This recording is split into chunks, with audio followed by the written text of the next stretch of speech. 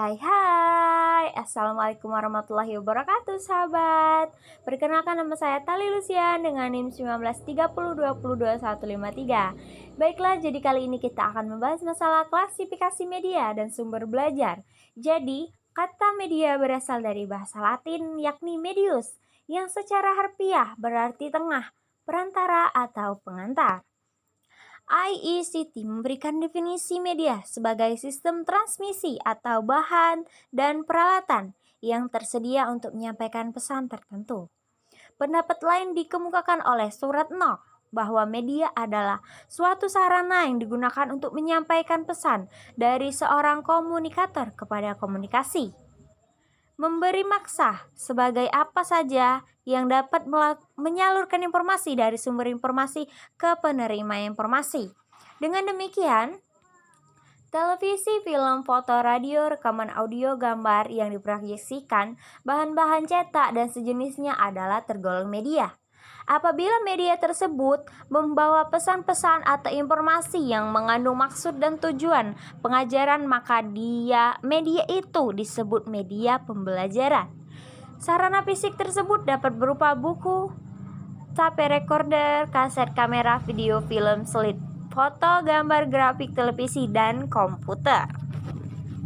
Dengan demikian, media pembelajaran dapat dikatakan sebagai alat-alat grafis, fotografiks atau elektroniks yang dapat digunakan untuk menangkap, memproses, dan menyusun kembali informasi visual atau verbal. Media merupakan komponen sumber belajar atau bahan fisik yang mengandung materi instruksional di lingkungan siswa yang dapat merangsang siswa untuk belajar. Macam-macam media pembelajaran. BETS membagi menjadi 3 macam, yaitu media yang dapat didengar berupa audio, media yang dapat dilihat berupa video, dan media yang dapat bergerak. Sarha membedakan media menurut jumlah audiensi yang dilayaninya menjadi massal, klasikal, individual, yang termasuk media untuk massal antara lain televisi, radio, dan internet. Media untuk klasikal adalah OHP, papan tulis, slide, video, tape, poster, foto, dan lain-lain. Sedangkan media untuk individual dapat berupa hangout, telepon, dan komputer assisted interaction atau CIE. Sales Glow membagi media berdasarkan perkembangan teknologi, yaitu media dengan teknologi tradisional dan media dengan teknologi muntakhir. Media dengan teknologi tradisional meliputi yang pertama yakni visual diam yang diproyeksikan berupa proyeksi avoid atau tidak tembus pandang. Yang kedua yakni visual yang tidak diproyeksikan berupa gambar, poster, foto, grafik, diagram, pameran, dan papan info. Yang ketiga yakni terdiri dari rekaman piringan dan pita kaset. Yang keempat, penyajian multimedia dibedakan menjadi slide plus suara dan multi-image. Dan yang kelima yakni visual dinamis yang diproyeksikan berupa film, televisi, video. Yang keenam, media cetak seperti buku, teks, modul, workbook, teks, program, majalah ilmiah, berkala, dan hangout. Dan yang kedelapan yakni permainan di antara teka-teki simulasi, permainan papan. Yang kesembilan yakni realisasi dapat berupa model, spesimen atau contoh, manipulatif, peta, miniatur, dan boneka. Sedangkan media dengan teknologi muntakhir dibedakan menjadi 1. Media berbasis media telekomunikasi, diantaranya adalah telekonferensi dan distance learning. Dan yang kedua, media berbasis microprocessor terdiri dari CIE, gamers, hypermedia, CD, dan pembelajaran berbasis web. Penggolongan media yang lebih aktual yang dikemukakan oleh Lee and al. Dengan 8 tipe media pengiriman. Jadi, ke-8 media tersebut instructor lead, communicator basis, distant work, web based, performance super system, dan electronic performance super system atau EPSS. Berdasarkan macam-macam media tersebut di atas, menunjukkan bahwa media pembelajaran senantiasa mengalami perkembangan dengan seiring kemajuan ilmu dan teknologi. Perkembangan media pembelajaran juga mengikuti tuntutan dan kebutuhan pembelajaran sesuai dengan situasi dan kondisi yang ada. Selanjutnya yakni fungsi dan manfaat media pembelajaran Live and Learn.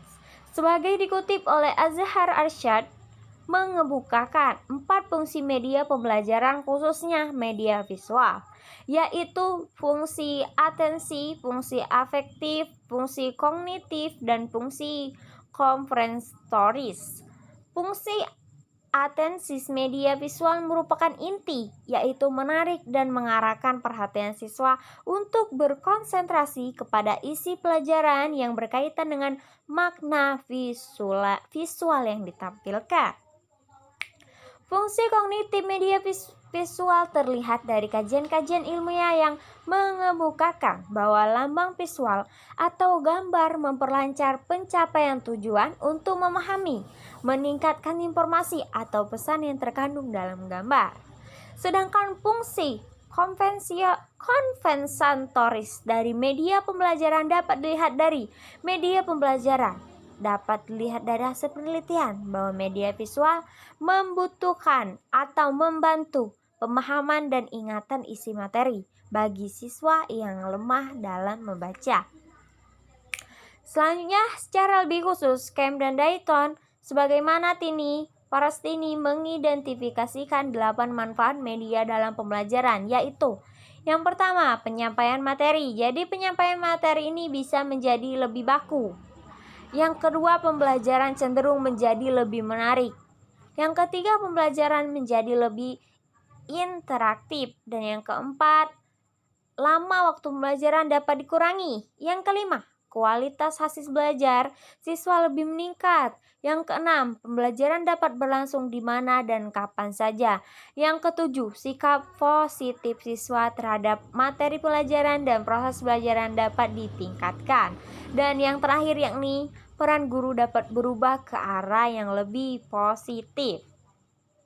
Baiklah, jadi Arif S. Sadiman menjelaskan kegunaan media pembelajaran sebagai berikut, yakni yang pertama, memperjelas penyajian pesan, yang kedua, mengatasi keterbatasan ruang, waktu, dan daya indera, dan yang ketiga, mengatasi sikap pasif sehingga siswa lebih semangat dan lebih mandiri dalam belajar, dan yang keempat, memberikan rangsangan, pengalaman, dan perseptik yang sama terhadap materi belajar. Selanjutnya yakni sumber belajar anak usia dini. Jadi istilah sumber belajar dipahami sebagai perangkat, bahan atau materi, peralatan, pengaturan, dan orang di mana pembelajaran dapat berinteraksi dengannya yang bertujuan untuk memfasilitasi belajar dengan memperbaiki kinerja belajar. Berdasarkan definisi sumber belajar sebagaimana diberikan di atas, maka media pembelajaran dan sumber belajar memiliki kesamaan di satu sisi dan juga perbedaan di sisi lain.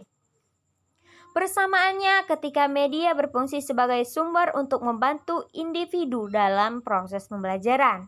Misalnya, media video yang berisi materi atau bahan pembelajaran digunakan untuk membantu proses pembelajaran, baik dalam ruangan kelas maupun di luar ruang kelas, maka kedudukan media tersebut sama dengan sumber belajar.